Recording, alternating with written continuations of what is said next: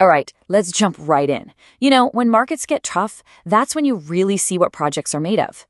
So today, we're going to take a snapshot of the Cardano ecosystem to see how different ventures are navigating this crypto winter. And trust me, it's a fascinating story of survival, big ambition, and actual real-world growth. Okay, so check this out. It all kicks off with this pretty intense quote. "We are now going into maximum preservation mode." Whoa. I mean, just imagine you're following a project and you see that pop up. Right away, you're thinking, what does that even mean? Who said this? What happened? That one sentence, it just perfectly sums up the pressure cooker environment so many folks are in right now. So that quote, it comes from a project called Angel Finance. And they're our first stop in understanding the harsh realities of this market. And listen, this isn't just about charts and numbers on a screen. We're talking about real people, real teams, having to make some incredibly tough calls just to stay afloat. So what's the story here? Well, as the price of ADA, Cardano's own token, kept dropping, Angel Finance was just watching the funds in their treasury, their main liquidity pool, just shrink day after day. So they had a choice, right? Either sit back and watch it bleed out to zero or make a really bold move. And hey, just a quick refresher for anyone who needs it, a liquidity pool, or an LP, is basically the lifeblood for a ton of crypto projects. Think of it like a big pot of money that lets people easily buy and sell the project's token. So you can see why if the value of the money in that pot starts to drop, the whole project's financial health is suddenly on shaky ground. So the team had to make a call, a really tough one. They decided to pull the 168,000 ADA they had left in their liquidity pool. At the time, that was worth about 40,000 US dollars. Not an easy decision to make, for sure, but they felt it was what they had to do to survive.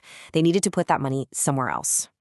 And that's where this gets really interesting, because this wasn't them throwing in the towel, not at all. It was a strategic pivot.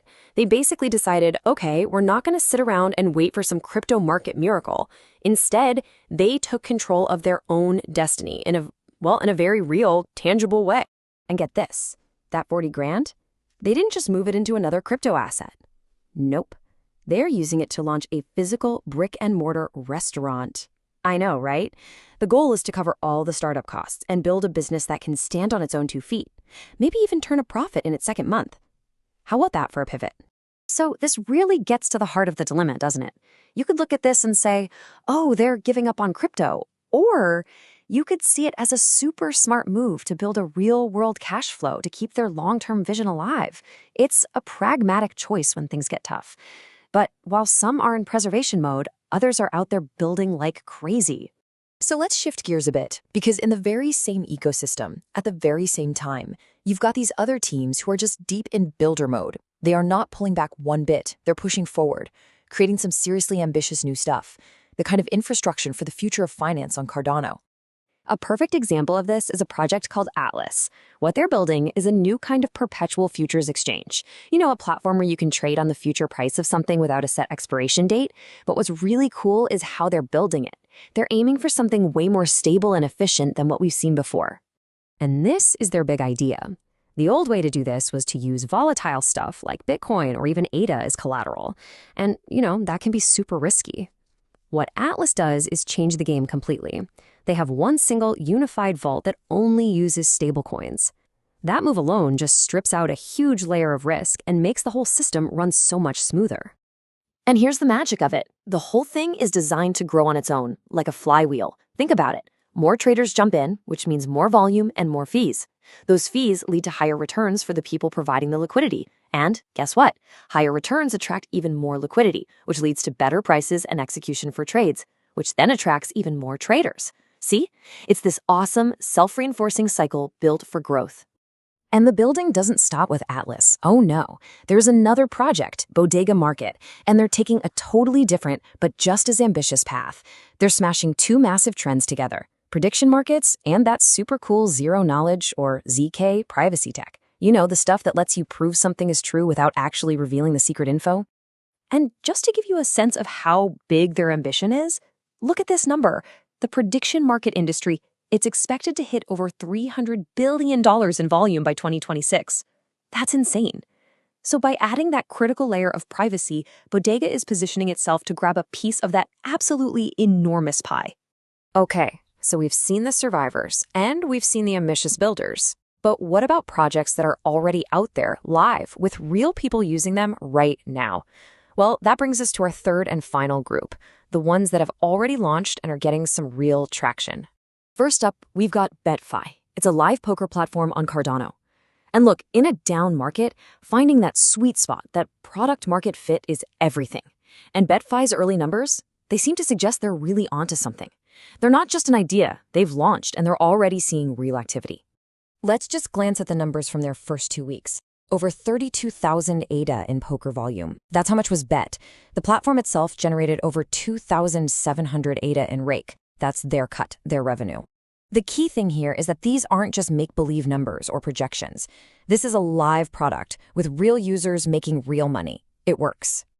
And it's not just in gaming where we're seeing this traction. Check out a project called DocQ-Mint. They are making some serious moves in the enterprise world. I mean, in just 8 months, they went from just an idea to a fully operational international business.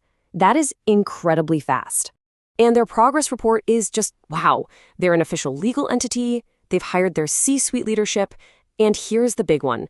They've waded through all that complex red tape to get full operating approval in India and get approved as a vendor in 34 US states.